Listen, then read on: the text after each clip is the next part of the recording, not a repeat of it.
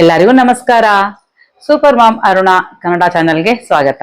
ಈ ಅಧಿಕ ಮಾಸದಲ್ಲಿ ಯಾವ ದಾನಗಳನ್ನ ಮಾಡೋದ್ರಿಂದ ಏನೇನ್ ಫಲ ಸಿಕ್ಕತ್ತೆ, ಹಾಗೆ ಯಾವ ವ್ರತಗಳನ್ನ ಮಾಡ್ಬೇಕು, ಹಾಗೆ ಯಾವ ರಂಗೋಲಿಗಳನ್ನ ಹಾಕ್ಬೇಕು, ಹಾಗೆ ದಿನನಿತ್ಯ ಯಾವ ದಾನಗಳನ್ನ ಮಾಡ್ಬೋದು. ಚಿಕ್ಕ ಹಾಗೆ ನಾವು ಪೀರಿಯಡ್ಸ್ ಆದಾಗ ಮಿಸ್ ಆಗಿರ್ತಾವ ಅಥವಾ ಎಲ್ಲಿಗೆ ನೋದಾಗ ಮಿಸ್ ಆಗಿರ್ತಾವ, ಅವುಗಳನ್ನೆಲ್ಲ ಹೇಗೆ ಮಾಡ್ಬೇಕು ಅನ್ನೋದು 4-5 ವಿಡಿಯೋಗಳು ಒಂದೊಂದಾಗಿ ಅಪ್ಲೋಡ್ ಮಾಡಿದ್ದೀನಿ.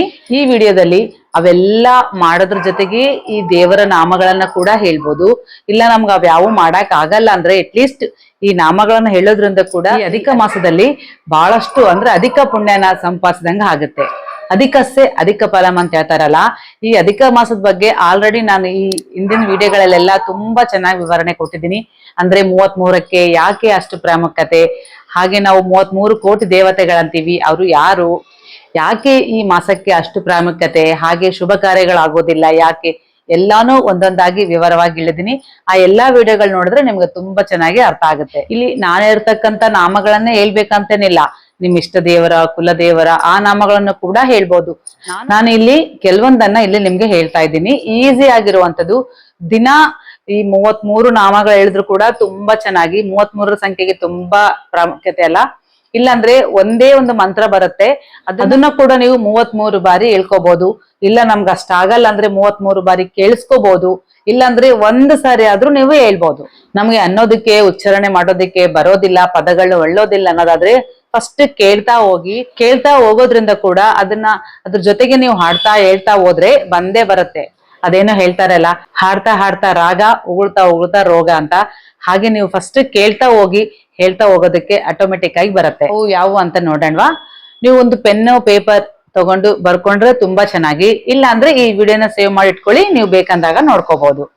ಈ ಅಧಿಕ ಮಾಸದಲ್ಲಿ ಓಂ ಅನ್ನೋ ಅಕ್ಷರನ ಉಚ್ಚಾರಣೆ ಮಾಡಬಾರ್ದು. ಅಂದ್ರೆ ಈಗ ಓಂ ನಮಃ ಶಿವಾಯ ಅಂತೀವಿ, ಓಂ ಅನ್ಲಾರ್ದಂಗ ನಮಃ ಶಿವಾಯ ಅನ್ಬೇಕು. ಅವಾಗ ಓಂ ಶ್ರೀ ವಿಷ್ಣುವೇ ನಮಃ ಅಂತೀವಿ, ಓಂ ಅನ್ಲಾರ್ದಂಗ ಶ್ರೀ ವಿಷ್ಣುವೇ ನಮಃ ಅನ್ಕಂತ ಹೋಗ್ಬೇಕು. ಪುರುಷರಾದ್ರೆ ಓಂ ಶ್ರೀ ವಿಷ್ಣುವೇ ನಮಃ ಅಂತ ಕೂಡ ಹೇಳ್ಬೋದು. ಇದು ನಾನು ಕೇಳಿರೋದು, ಅದಕ್ಕೋಸ್ಕರ ನಿಮ್ಗೆ ಹೇಳ್ತಾ ಇದ್ದೀನಿ. ನಿಮ್ಗೆ ಮೊದಲನೇದು ಓಂ ಶ್ರೀ ವಿಷ್ಣುವೇ ನಮಃ ಅಂತೀವಲ್ಲ, ನಾವಿಲ್ಲಿ ಹೆಣ್ಮಕ್ಳಾದ್ರೆ ಓಂ ಅನ್ಲಾರ್ದಂಗ ಶ್ರೀ ವಿಷ್ಣುವೇ ನಮಃ. ಎರಡನೇದು ಓಂ ಜಿಷ್ಣುವೇ ನಮಃ. ಮೂರನೇದು ಓಂ ಮಹಾವಿಷ್ಣುವೇ ನಮಃ. ಶ್ರೀ ಹರಹೇ ನಮಃ. ಶ್ರೀ ಕೃಷ್ಣಾಯ ನಮಃ. ಶ್ರೀ ಅಧೋಕ್ಷಜಾಯ ನಮಃ. ಶ್ರೀ ಕೇಶವಾಯ ನಮಃ. ಶ್ರೀ ಮಾಧವಾಯ ನಮಃ. ಶ್ರೀ ರಾಮಾಯ ನಮಃ. ಶ್ರೀ ಅಚ್ಯುತಾಯ ನಮಃ. ಶ್ರೀ ಪುರುಷೋತ್ತಮಾಯ ನಮಃ. ಶ್ರೀ ಗೋವಿಂದಾಯ ನಮಃ. ಶ್ರೀ ವಾಮನಾಯ ನಮಃ. ಶ್ರೀ ಶ್ರೀಧರಾಯ ನಮಃ. ಶ್ರೀ ಶ್ರೀಕಂಠಾಯ ನಮಃ. ಶ್ರೀ ವಿಶ್ವಸಾಕ್ಷಿಣೇ ನಮಃ. ಶ್ರೀ ನಾರಾಯಣಾಯ ನಮಃ. ಶ್ರೀ ಮಧುರಿಪವೇ ನಮಃ. ಶ್ರೀ ಅನಿರುದ್ಧಾಯ ನಮಃ. ಶ್ರೀ ತ್ರಿವಿಕ್ರಮಾಯ ನಮಃ. ಶ್ರೀ ವಾಸುದೇವಾಯ ನಮಃ. ಶ್ರೀ ಜಗದನಾಯ ನಮಃ. ಶ್ರೀ ಶೇಷತಲ್ಪ ನಿವಾಸಿನಿಯೇ ನಮಃ. ಶ್ರೀ ಶಂಕರ್ಷಣಾಯ ನಮಃ. ಶ್ರೀ ಪ್ರದ್ಯುನ್ಮಾಯ ನಮಃ. ಶ್ರೀ ದೈತ್ಯರಾಯ ನಮಃ. ಶ್ರೀ ವಿಶ್ವತೋಮಾಯ ನಮಃ. ಶ್ರೀ ಜನಾರ್ದನಾಯ ನಮಃ. ಶ್ರೀ ಧರಧರಾಯ ನಮಃ. ಶ್ರೀ ಗರುಡಧ್ವಜೇ ನಮಃ. ಶ್ರೀ ಋಷಿಕೇಶಾಯ ನಮಃ. ಶ್ರೀ ಪದ್ಮನಾಭಾಯ ನಮಃ. ಶ್ರೀ ಮಧುಸೂದನಾಯ ನಮಃ. ಹೀಗೆ ಇವು 33 ನಾಮಗಳನ್ನ ಕೂಡ ಡೈಲಿ ಒಂದೊಂದಂಗ ಹೇಳ್ತಾ ಹೋಗ್ಬೋದು. ಮುಖ್ಯವಾಗಿ ಈ ಅಧಿಕ ಮಾಸದಲ್ಲಿ ಪಠಿಸುವಂತ ಸ್ತೋತ್ರ ಒಂದಿದೆ, ಚಿಕ್ಕದಾಗಿದೆ. ಇದನ್ನ 33 ಸಾರಿ ಕೂಡ ಹೇಳ್ಕೋಬಹುದು, ಇಲ್ಲಾಂದ್ರೆ 30 ಸಾರಿ ಕೇಳ್ಬೋದು, ಒಂದ್ಸಾರಿ ಆದ್ರೂ ಹೇಳ್ಬೋದು ಅಂತ ಏನಾರ ಚಿಕ್ಕ ಮಂತ್ರ ಇದು ಹೇಳ್ತೀನಿ. ಗೋವರ್ಧನಧರಂ ವಂದೇ ಗೋಪಾಲ ಗೋಪಿರೂಪಿಣಂ ಗೋಕುಲೋತ್ಸವಮೀಶಾಣಂ ಗೋವಿಂದಂ ಗೋಪಿಕ ಪ್ರಿಯಂ. ಇದನ್ನ ನೀವು 2 ಸಾಲಿದೆ, ಇದನ್ನ ನೀವು ಬರ್ಕೊಂಡು ಪ್ರಾಕ್ಟೀಸ್ ಮಾಡ್ಕೊಂಡ್ರೆ ಚೆನ್ನಾಗಿ ರಾಗಬದ್ಧವಾಗಿ ಕೂಡ ಹಾಡ್ಬೋದು. ಗೋವರ್ಧನಧರಂ ವಂದೇ ಗೋಪಾಲ ಗೋಪರೂಪಿಣಂ ಗೋಕುಲೋತ್ಸವಮೀಶಾಣಂ ಗೋವಿಂದಂ ಗೋಪಿಕಾ ಪ್ರಿಯಂ.